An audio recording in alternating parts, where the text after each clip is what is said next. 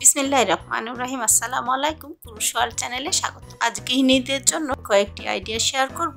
আশা করি বরাবরের মতন আমার এই আইডিয়া টিউটোরিয়ালটি আপনাদের ভালো লাগবে। প্রথমেই বছরের পর বছর লেবু সংরক্ষণ পদ্ধতিটা দেখে নিব। দৈনন্দিন জীবনে লেবুটি অনেক গুরুত্বপূর্ণ। ভাতে খেতে তো কম বেশি সবাই পছন্দ করি।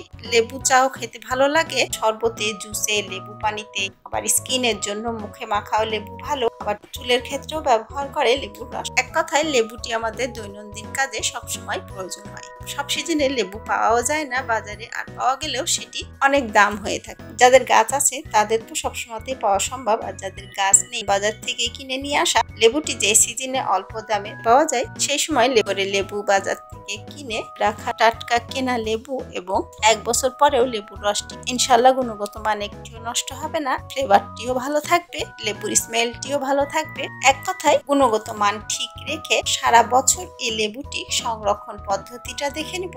এই লেবু দিয়ে আপনাদের সঙ্গে 2টি আইডিয়া শেয়ার করব। আশা করি আমার আইডিয়াগুলো ভালো লাগবে এবং ইনশাআল্লাহ অ্যাপ্লাই করলে উপকৃত হবেন। প্রথমে আমি এই লেবুগুলো ফ্রেশ করে ধুয়ে নিয়েছি, আশা করি দেখে বুঝতে পারছেন। এরপর একটি লেবু নিয়ে লেবুটির মুখের অংশ এবং নিচের অংশ 2টি অংশ কেটে নিব। কেটে নেওয়ার পর লেবুটিকে পিস করে নিব।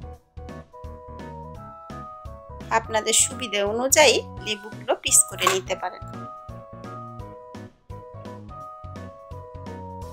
মধ্যের অংশটি আলাদা করে আমি এখানে একটি লেবু থেকে 4 পিস বের করে নিয়েছি। এরপর লেবুর রসটি বের করে নিতে হবে। এটি হাত দিয়ে চিপেও বের করে নিতে পারেন অথবা হ্যান্ড প্যাচেলারের সাহায্যেও রসটা বের করে নিতে পারেন। আমি এই কমলা বা মাল্টার জুস করা কাপের সাহায্যে আপনাদের সঙ্গে লেবুর রসটি বের করা শেয়ার করব।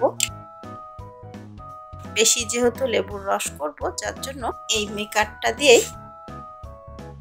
রস বের করলে রসটি তাড়াতাড়ি বের হয়ে যাবে। আশা করি দেখে বুঝতে পারছেন। এতে হাতেও লাগবে না এবং রসটিও সুন্দর মতন বের হয়ে যাচ্ছে। আমি কাছে থেকে আপনাদের সঙ্গে শেয়ার করছি, আর লেবু থেকে কত সুন্দর মতন রস বের হয়ে গেছে। আশা করি দেখে বুঝতে পারছেন। আরো একটু সুন্দর করে রসটা বের করে নিব। সুন্দর মতন এটি রস বের হয়ে গেছে। রসগুলো তো নিবই এবং এই চুকার অংশটিও কিন্তু ফেলবো না। চুকার অংশটি দিয়ে দ্বিতীয় আইডিয়াটি আপনাদের সঙ্গে শেয়ার করব, যার জন্য এই চুকাগুলো রেখে দেব। এই নিয়মে প্রতিটি লেবু থেকে রসগুলো বের করে নিব। লেবুগুলো থেকে রস বের করে নিয়েছি, আশা করি দেখে বুঝতে পারছেন, এবং প্রতিটি লেবু খোসাগুলো রেখে দিয়েছি। এরপর প্রথমে লেবুর রসটি সংরক্ষণ দেখে নিব। রস বের করার সময় লেবুর দানাগুলো যেহেতু রসের মধ্যে আছে, তাই লেবুর রসটি ছেঁকে নিতে হবে। ছাঁকনির সাহায্যে লেবুর রসটি ছেঁকে নিয়েছি, আশা করি দেখে বুঝতে পারছেন। এখানে কোনো রকম লেবুর লাম্পস বা দানাগুলো একটুও নেই, ফ্রেশ লেবুর রস হয়ে গেছে।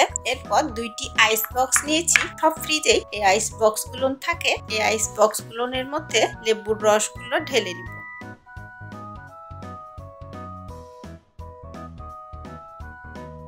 দুইটি আইস বক্সে লেবুর রস ঢেলে নিয়েছি। এরপর এই আইস বক্সগুলো ডিপ ফ্রিজ থাকলে ডিপ ফ্রিজে রেখে দেবো, অথবা নর্মাল ফ্রিজে ডিপ চেম্বারে এই বক্স 2টি রেখে দেবো আইস জমার জন্য। লেবুর রসগুলো আইসের মতো জমে গিয়েছে, আশা করি দেখে বুঝতে পারছেন। এরপর খুব সহজভাবে উল্টো দিক থেকে একটু চাপ দিলে আইসগুলো বের হয়ে যাবে। কত সুন্দর আইস হয়ে গিয়েছে। এই আইসগুলো এই আইস বক্সে রেখেই যদি ব্যবহার করতে চান সেটিও ব্যবহার করা যাবে। প্রয়োজন অনুযায়ী বের করে নিতে পারেন। আবার যদি মনে করেন আইস বক্স অন্য কাজেও ব্যবহার হয়ে থাকে, যার জন্য আমি এই আইসগুলো বের করে এ ধরনের মুখ আটকানো বক্সে সংরক্ষণের জন্য রেখে দিবেন। এটিও রেখে দিতে পারেন। ব্যবহারের 5 মিনিট আগেই আইসগুলো বের করে নিলেই বক্স থেকে খুব সহজেই আবারও পিস অনুযায়ী বের করে নিতে পারবেন। ডিপে রাখলে একটির সঙ্গে একটি ধরে নিবে না, এই স্কুপি থাকবে, গলেও যাবে। এই নিয়মে পুনরায় এটি ডিপে রেখে দিন। যদি লেবু পানি খেতে চাই, খুব সহজেই যে পরিমাণ টক আপনি লেবু খেতে চান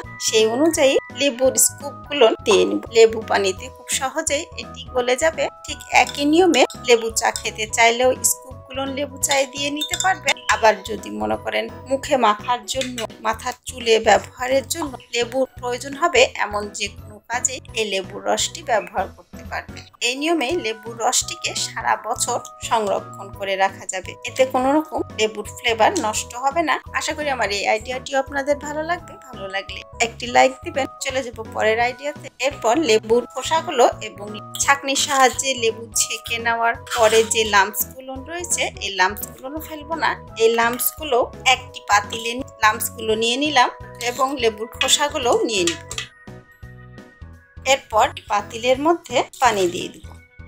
লেবুর খোসাগুলো ভালো মতো যেন সেদ্ধ হয় ওই পরিমাণ পানি দিয়ে নিব। এরপর পাতিলটি চুলোতে বসিয়ে দিলাম। গ্যাসের আগুনের তাপটি মিডিয়াম আঁচে রেখে ঢাকনার সাহায্যে ঢেকে লেবুর খোসাগুলো সেদ্ধ করে নিব। লেবুর খোসাগুলো সিদ্ধ হয়ে গিয়েছে, আশা করি দেখে বুঝতে পারছেন। এই পর্যায়ে চুলোর আগুনটা বন্ধ করে দিব। এরপর এই খোসাগুলো ঠান্ডা হওয়ার জন্য অপেক্ষা করব। লেবু সেদ্ধ খোসাগুলো একটি ব্লেন্ডার জারে ঢেলে দিব। এরপর কাঁচা পানি বা ঠান্ডা পানি মেশানো যাবে না, এরপর এটি ব্লেন্ড করে নিতে হবে। লেবুর খোসাগুলো ভালো মতো নেড়ে চেড়ে পেস্ট করে নিব, যেন গোটা হয়ে না থাকে বা শক্ত হয়ে না থাকে। এটি সুন্দর মতো পেস্ট হয়ে গিয়েছে, আশা করি দেখে বুঝতে পারছেন কতটা চিকন হয়ে পেস্ট হয়েছে এবং কালারটাও কত সুন্দর হয়েছে। এটি দেখে কেউ বুঝতে পারবে না এটি লেবুর খোসা দিয়ে করা। এখানে কোনো রকমের কোনো লাম্পস বা কোনো শক্তযুক্ত কোনো কিছুই নেই। এরপর এই পেস্টটিকে দুই ভাগ করে নিব। দুই বাটিতে দুই ভাগ করে নিয়েছি। এরপর প্রথমে এক ভাগের কাজ দিকে নিব। এখানে খোসার পেস্টটি 6 চামচ নিয়েছি আর এখানে 4 চামচ ডিটারজেন্ট পাউডার আছে। এই ডিটারজেন্ট পাউডারটি এই পেস্টের সঙ্গে ভালো করে মিক্সড করে নিব।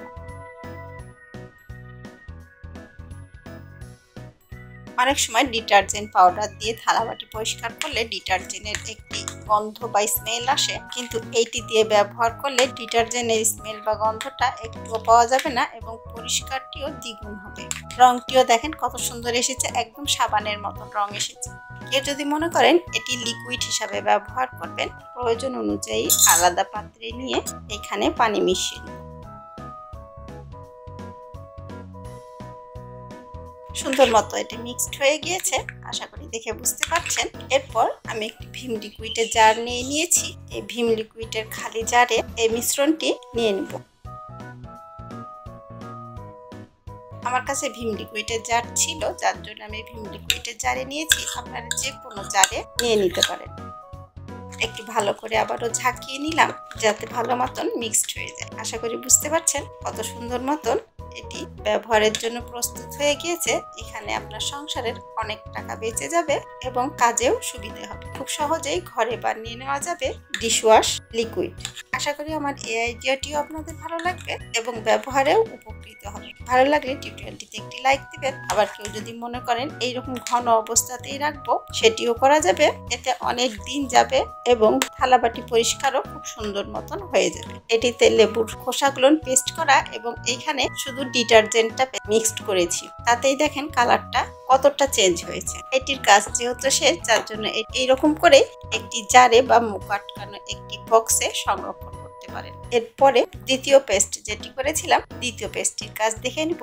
আমি এখানে ব্লেন্ড করা লেবুর খোসার মিক্সারটি 6 চামচ নিয়ে নিয়েছি। এই 6 চামচ মিক্সারের মধ্যে প্যারাশুট নারকেল তেল কম বেশি সবাই ব্যবহার করেই থাকি। আমি এখানে প্যারাশুট তেল দিয়ে শেয়ার করছি, আপনারা যে তেল ব্যবহার করেন সেটাই ব্যবহার করতে পারেন। এখানে আমি 2 চামচ নারকেল তেল নিয়ে নিই এবং মেরিলের ওয়াটার রোজ গ্লিসারিনটি খুব অল্প দামে পাওয়া যায়। 2 চামচ গ্লিসারিন নিয়ে নিই। নর্মাল গ্লিসারিন হলেও হবে। নারকেল তেল এবং গ্লিসারিনটিকে এই পেস্টটির সঙ্গে ভালো মতন মিশিয়ে নিতে হবে। এই রেমেডিটি করার জন্য ব্লেন্ড করার সময় পানি মিক্সড করিনি, কারণ আমি যেহেতু এই মিক্সচার দিয়ে 2টি রেমেডি শেয়ার করব। কিন্তু আপনারা যদি শুধু ডিশ ওয়াশের জন্য ব্যবহার করেন তাহলে ব্লেন্ড করার সময়তেও পানি মিক্স করে পাতলা করে নিতে পারেন। এটি প্রস্তুত হয়ে গিয়েছে, আশা করি দেখে বুঝতে পারছেন এটি কতটা ক্রিমি এবং সুন্দর হয়েছে। একেবারে নাইট ক্রিম যেমন হয়, নাইট ক্রিমের মতন কাজটাও হবে, ঠিক নাইট ক্রিমের মতনই কাজ হবে, কারণ এটিতে কোনো আর্টিফিশিয়াল কোনো কিছু মিক্সড করে নেই। এটি স্কিনের জন্য অনেক ভালো হবে। স্কিনে জমে থাকা ময়লা, দাগ, স্কিনের যে কোনো সমস্যায় এই রেমেডিটি অনেক উপকারী। আর গ্লিসারিন নারকেল তেলের গুণাবলী এটি সবারই জানা, বুঝতেই পারছেন এটি কতটা উপকার হবে স্কিনের জন্য। এরপর এটি সংরক্ষণ পদ্ধতিটা দেখে নিন। একটি আইস বক্স নিয়েছি, প্রতিটি বক্সে এই মিক্স রেমেডিটি দিয়ে নিব। পেস্টগুলো একটি আইস বক্সে নিয়ে নিয়েছি। এরপর কয়েকবার ট্যাপ করে নিতে হবে। ট্যাপ করে নিলে এটি ভালো মতন সেট হয়ে যাবে। এরপর এই আইস বক্সটি ডিপ ফ্রিজে রেখে দিব পেস্টগুলো শক্ত হয়ে জমার জন্য। আইস বক্সে লিকুইডটি সুন্দর মতো সেট হয়ে গিয়েছে, আশা করি দেখে বুঝতে পারছেন সম্পূর্ণভাবে এটি আইস হয়ে গিয়েছে। এরপর আইস বক্সে রেখেও ব্যবহার করতে পারেন, অথবা কেউ যদি মনে করেন আইস বক্স থেকে উঠিয়ে রাখবো তাহলে আইস বক্স থেকে উঠিয়েও এ ধরনের এয়ারটাইট কন্টেনারে নিয়ে ডিপ ফ্রিজে এটি স্টোর করে রাখতে পারেন, যাতে প্রয়োজন অনুযায়ী নিয়ে ব্যবহার করতে পারেন। আবার কেউ যদি মনে করেন আইস বক্সে রেখেই ব্যবহার করব, প্রয়োজন অনুযায়ী একটি করে স্কুপ উঠিয়ে ব্যবহার করব, সেটাও করতে পারেন। এরপর এটি কি কাজে ব্যবহার করব সেটিও আপনাদের সঙ্গে শেয়ার করছি। এটি যাদের মুখে ব্রণ বা মেস্তার দাগ, সানট্যান এই ধরনের কোনো প্রবলেম আছে, তারা এই স্কুপটি যে কোনো সময় এটি ব্যবহার করতে পারে। মুখে, হাতে, বডি যে কোনো পার্টে 2 থেকে 3 মিনিট মাসাজ করে আবারও 2 মিনিট রেখে নর্মাল টেম্পারেচার পানি দিয়ে মুখ ধুয়ে নিতে হবে। খুব সহজে মেস্তার দাগ, ব্রণ এবং সানট্যানকে দূর করতে সাহায্য করবে। এটি স্কিনের জন্য অনেক ভালো। লেবুর রসটি যেমন উপকার, লেবুর খোসার রসটিও কম উপকারিত নয়। একবার হলেও ব্যবহার করে দেখবেন, ইনশাল্লাহ একটু হলেও উপকৃত হবেন। আর এটিতে কোনো সাইড ইফেক্টও হবে না, যার জন্য খুব সহজে এটি ব্যবহার করতে পারেন। আশা করি আমার এই আইডিয়াটিও ভালো লাগবে। ভালো লাগলে টিউটোরিয়ালটিতে একটি লাইক দিবেন এবং নতুন যারা আমার চ্যানেলে ভিজিট করছেন চ্যানেলটিকে সাবস্ক্রাইব করে পাশে থাকা বেল আইকন প্রেস করে অল নোটিফিকেশন অন করে নেবেন, যাতে আমার চ্যানেলের নতুন টিউটোরিয়াল আপলোড হওয়ার সঙ্গে সঙ্গে সবার আগে নোটিফিকেশন আকারে আপনার মোবাইলে পৌঁছে দেয়। আর যারা সাবস্ক্রাইব করে আমার চ্যানেলের সঙ্গে আছেন, সহযোগিতা করার জন্য অনেক অনেক ধন্যবাদ। আজ এই পর্যন্তই। সবাই ভালো থাকুন, সুস্থ থাকুন। আল্লাহ হাফেজ।